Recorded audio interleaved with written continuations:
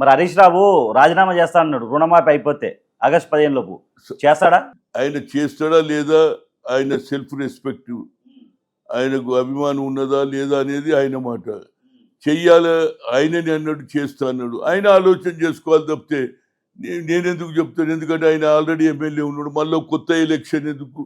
ఆడికని రేవంత్ రెడ్డి చెప్పేసిండు, అరే నువ్వు చీముని ఎత్తురుంటే నువ్వు రాజీనామా దానికి మళ్ళీ ఆయన ఏదో చెప్తాడు. కనుక ఈ కౌంటర్ అటాక్ల మీద నాకు విశ్వాసం లేదు. ఏదన్నా జనరేషన్ పైకి రావాలి. మనం ఎంతసేపటికి ఒకరిని తిట్టుకోవడం కొంటే అభివృద్ధి చేసే పదంలో ఏది ఇండస్ట్రీ రావాలి, ఉద్యోగాలు రావాలని రేవంత్ రెడ్డి ఆలోచన ఉంది. అది కొనసాగితే బాగుంటుంది. దాంతోపాటు 6 డిక్లరేషన్ కూడా చేయాలనేదే సోనియా గాంధీ ఇచ్చిన మాట నిలబెట్టుకుంటుంది. తెలంగాణ ఇచ్చింది కాబట్టి ఎప్పుడు కూడా కాంగ్రెస్ ఇచ్చిన మాట నిలబెట్టుకోవాలనేదే నా ఆలోచన. సార్ ఇంకోటి సార్, పిసిసి అధ్యక్ష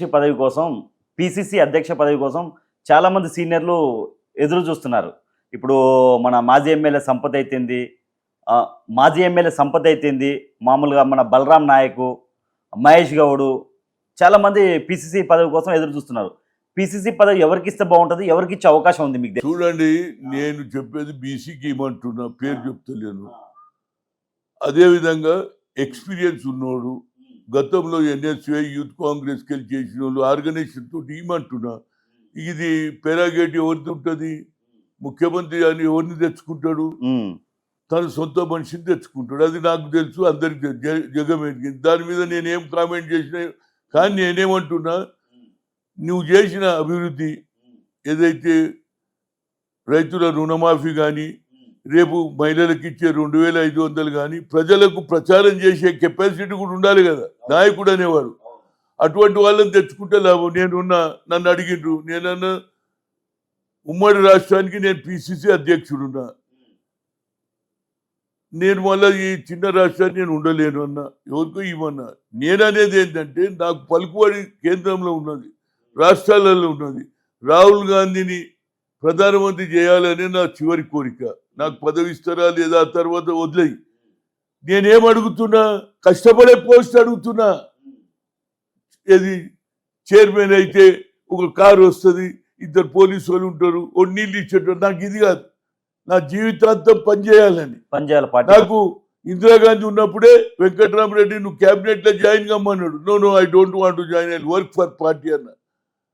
ఇందిరాగాంధీకి డిన్నర్ ఇచ్చిండు, డిన్నర్లో కల్పించిండు, ma'am this boy I was requested to join in cabinet, ఈ రిఫ్యూజ్ అంటే ఇట్లా భుజం తట్టింది ఇందిరాగాంధీ. That is my character. నేను ఎప్పుడు కూడా ప్రజలలో ఉంటా, పేపర్ చదువుతా, పొద్దున్న ఎక్కడ అన్యాయం జరిగిందో తెల్లారి వెళ్ళిపోతాడికి. పోలే అక్కడికి హాజీపూర్ లో 3 అమ్మాయిల మీద రేపు చేస్తే పోయినా వారికి శిక్ష ఇచ్చిన 4.5 ఏళ్ళు అవుతుంది. హైకోర్టు అప్రూవల్ ఇస్తలేదు. ఇంతకంటే అన్యాయం ఏమున్నదండి? దానికి నేను రమణ గారు చీఫ్ జస్టిస్ కూడా లెటర్ రాసిన. 2 కేసు, ఒక కేసులోనేమో ఉరి పడ్డది, ఒక కేసులో మన లైఫ్ పడ్డది. ఇస్తనే లేడు. ఆ శ్రీనివాస్ రెడ్డి మంచిగా జైల్లో తింటుంటూ ఉంటున్నాడు. న్యాయ వ్యవస్థలో కూడా మార్పు రావాలండి. ఆయన అంటుండు 1 నేషన్ 1 ఎలక్షన్ అంటుడు. మరి న్యాయ వ్యవస్థలో కూడా మార్పులు రావాలి కదా. న్యాయ వ్యవస్థలో మా వాళ్ళు ఎంతమంది ఉన్నారు? బీసీలు, ఎస్సీలు చెప్పండి, అంతా అగ్రకులాలే. నేను అనేది ఏంది, ఓట్లు వేసేది మేమే. ఏ అప్పర్ క్లాస్ గెలిచినా మా ఓట్లతోటే గెలుస్తాడు అంటున్నా. ఎస్సీ, ఎస్టీ, ఓబీసీ వేస్తే, మైనార్టీ వేస్తేనే గెలుస్తాడు కదా. వాళ్ళ జనాభా తక్కువ ఉన్నది, కానీ ఆధిపత్యం నడిపిస్తుంది. అయితే నేనేమంటున్నా, అగ్రకులాల్లో రాహుల్ గాంధీ గారు ఉన్నారు, వాళ్ళ కుటుంబం అగ్రకులం. అయినా పేదవాని గురించి ఆలోచన. ఇందిరాగాంధీ అదే చేసింది, రాజీవ్ గాంధీ అదే చేస్తుంది. కాబట్టి అలాంటి గుణం కూడా రాలేదు. నేను అగ్రకులాలకు వ్యతిరేకం కాదు, అగ్రకులాలలో కూడా కింది వారి గురించి ఆలోచన చేయాలనేదే నా ఉద్దేశం. అసెంబ్లీలో దానం నాగేందర్ మాట్లాడుతూ బీఆర్ఎస్ పార్టీ వాళ్ళని, ఒరే నీ అమ్మ నా కొడకల్లారా రోడ్ల మీద తిరగని ఒక్కొక్కరిని ఏమనుకుంటున్నారా అన్నాడు. ఇలాంటి భాష మాట్లాడొచ్చా అసెంబ్లీలో? చూడండి, భాష అని కాదు, అతను మొన్న పార్లమెంట్ నిలబడ్డాడు, ఓడిపోయిండు. ఇక ఇప్పుడు ఆల్రెడీ దెబ్బతిన్నో నేను అంటుంటే మళ్ళీ తిడతాడు కదా. అలా తిట్టొచ్చా? అది కల్చర్ అయితే కాదు, అది మాత్రం చెప్తే this is not our culture.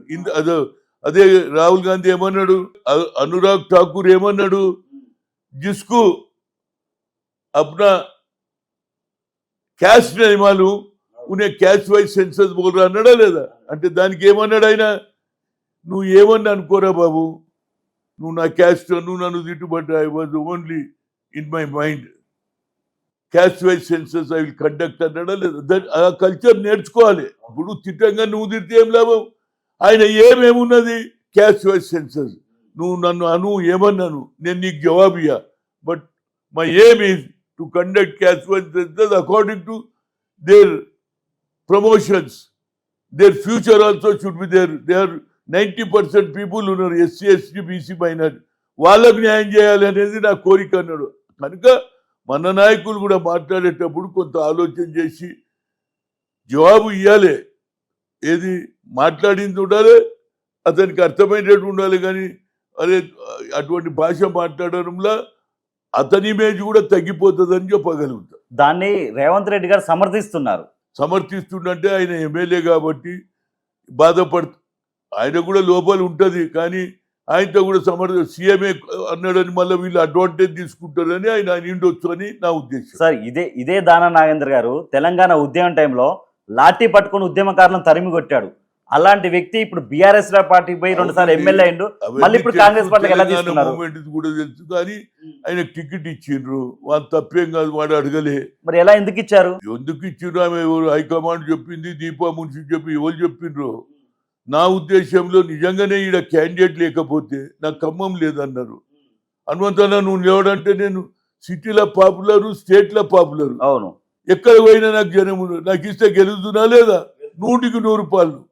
సరే ఇయ్యలే, వాడు పాపం అసెంబ్లీలో కొంత ఉద్రేకంగా మాట్లాడిండు. ఇక ముందు అట్లా మాట్లాడొద్దు అనేదే నా ఉద్దేశం. మంత్రివర్గంలో స్థానం కోసం చాలా మంది ఆశావాదులు ఎదురు చూస్తున్నారు.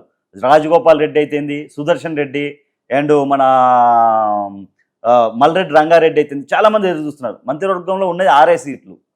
ఎవరికి వచ్చే అవకాశం ఉంది? చూడండి, ఇప్పుడు మీరు అడిగినరు రేవంత్ రెడ్డికి ఎంత బాధ ఉండొచ్చు, ఎంతమంది ప్రెషర్ చేస్తున్నారు. ఇక ఆయన ఆ ప్రెషర్ తట్టుకోవాలి.